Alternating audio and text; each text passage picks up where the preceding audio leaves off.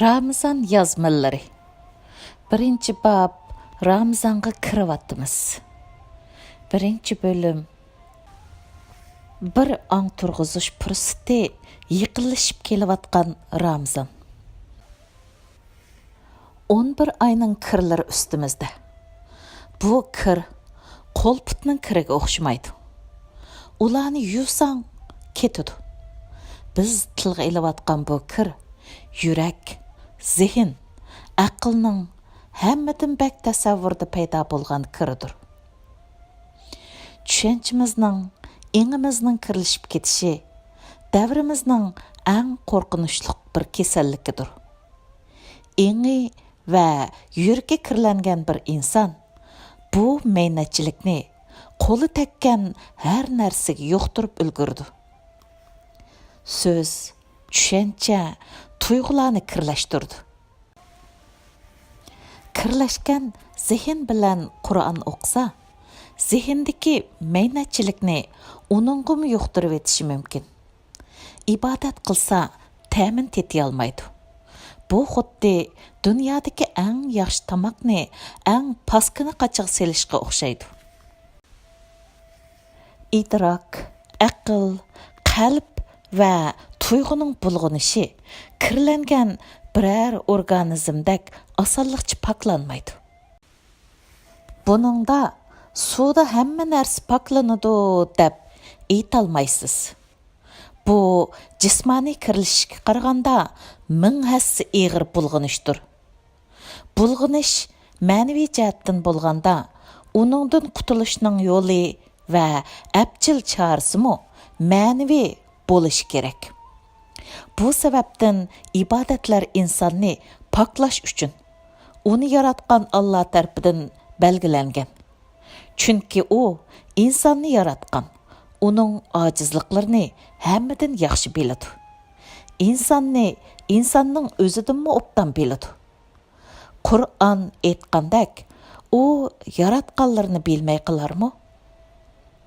U insonni obdan bilgachga, uni ma'naviy kir va dodlashishdan poklaydigan retseptini uni yaratquchi eng yaxshi shaklda yozadi. Vahiy bu retseptlardan tashkil topgan bir ilohiy shifoxonadir. Ibodatlarning o'zi maqsad emas. Ular yaratquchi amalga oshirmoqchi bo'lgan ulug'vor maqsad, g'oyalar uchun bir vosita. Har ibodatning sababi, g'oyasi va hikmati bor. Faqat bu sabab, g'oya va hikmat ba'zida u ibodatga buyurgan oyatlarda nihoyat ro'shan qilib putilgan bo'lsa, yana ba'zida cho'nqur tafakkur va birlashtirib tushunish usuli bilan yakun chiqargandilar ondan ayon bo'ladi. Ro'za ibodatining maqsadi birinchi turga tava. Ro'za tutishni buyurgan oyatning o'zida mundaq deyilgan: Ey iymon aytquchilar, ro'za sizlardan ilgirkilarga farz qilingandek, sizlarga farz qilindi. Bu ilohiy ta'limotning orqasidan ro'za ibodatining insonda amalga oshirmoqchi bo'lgan maqsadi ro'shan holda mundaq bayon qilingan: La alakum tattaqun. Umid qilamizki, taqvolikqa erishgaysizlar. Shundoq, ro'zaning maqsadi insonda mas'uliyat engi deyilgan taqvolikni shakllantirishdir. Kimga, nimaga qarta mas'uliyat engi turg'izilishi kerak? Oldi bilan insonda o'z mavjudligiga nisbatan mas'uliyat engi turg'izilishi kerak. Chunki inson maxluqotning toji, Allohning shoh asr sifatida ma'lum bir g'oya, maqsad uchun yaratilgan. Alloh sizdan so'raydi: Sizlar bizni maqsad, g'oyasiz yaratding deb o'ylamsizlar? Shunga insonning o'z mavjudligining g'oyasini so'rashi, izdishi va tepivilish majburiyati bor. Mana bu insonning o'ziga bo'lgan mas'uliyati. Inson o'ziga bo'lgan mas'uliyatini anqirgandan keyin Allohga bo'lgan mas'uliyatini mo anqira oladi. Mana buni biz taqvo deb ataymiz. Bu tushuncha ang mengiga yerlashgandan keyin inson boshqa insonlarga, tabiatga va shaylarga bo'lgan mas'uliyatini mo idrok qila oladi. Bu ma'nodan elib aytganda ro'za tutish insonning ichki dunyosiga bo'lgan mas'uliyatini ado qilish deganlik bo'ladi. Ojizlab ketgan ruhning oziqlanishi uchun ruhni to'yg'izish kerak. Chunki 11 oy bo'yicha badanga silingan mablag' ruh, aql va ongni bir chetga qayirib qo'ygan edi. Amaliyotda insonni inson qilgan uning go'shi va so'ngiki emas.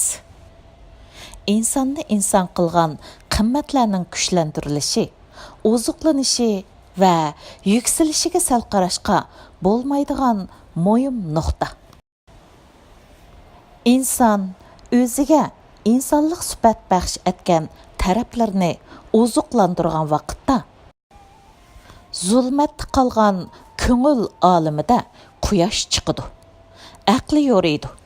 İdrak olimi yo'rishqa, ko'rmagan ko'ngil ko'zi ko'rishga, ko'ngil quliqi eshitishga, ko'ngil burni yetlashqa boshlaydi. Bu ma'naviy taraqqiyot inson engini yuqori ko'tardi va inson ibodati orqali Rabbi bilan bo'lgan munosabatini aktiv holga keltirdi. Bu munosabatning insonga xos tarafiga ubudiyat, banda bo'lish joylashgan bo'ladi. Allohga xos bo'lgan tarafi rububiyat, ya'ni Rablik bo'ladi. İnsandan yükselgini dua bulsa, Allah'tan düşkünü icabat buludu. İnsandan örlegini sual bulsa, Allah'tan düşkünü cevap buludu.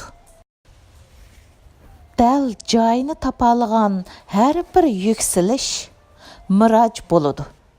Tabii ki bunun Allah tarafından berilgen mukafati nüzul, yani düşüş, nazil bo'lishda yer oladi.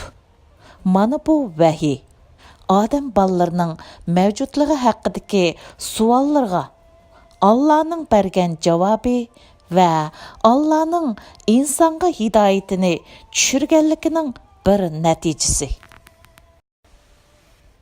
Eng oxirgi vahiy Makkada Hira g'orida bir Ramazon kechasi nazil bo'lishga boshlagan edi.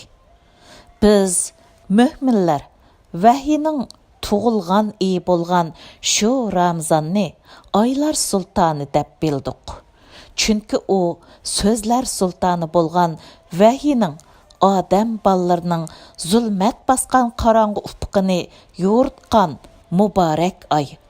Ramazon aslida Qur'on oyi va bu oy butun sha'ni shavkatini vahiydan olgan edi.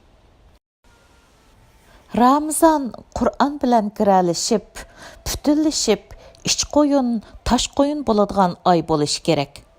Qur'on faqat qo'limizda va tilimizda emas, yurakimizda, aqlimizda, hammadan bakrak hayotimizda o'rin olishi kerak. Qur'onning hayotimizda o'rin olishi uchun tasavvurimiz, aqlimiz va kishiligimizni Qur'on bilan qaytadan barpo qilish kerak. Aslida ulug' bo'lgan Qur'oni Karimni yanama ulug'var qilib o'tish uchun tirishadigan soddalikni tashlab, Qur'onning bizni ulug'var qilish uchun tegishlik ishni qilishimiz hech bo'lmasa bu Ramazonda bo'lsa-mu.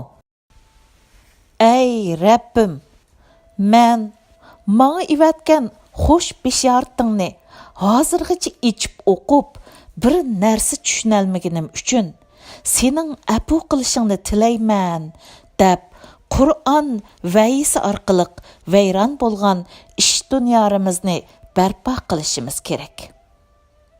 buni faqat o'zimiz uchunla emas, vahiyning nuriga muhtoj bo'lgan boshqa insonlar va tuproqlarda parishon va so'lg'un iymonning kelgisi uchun bo'lsa-mu qilishimiz kerak.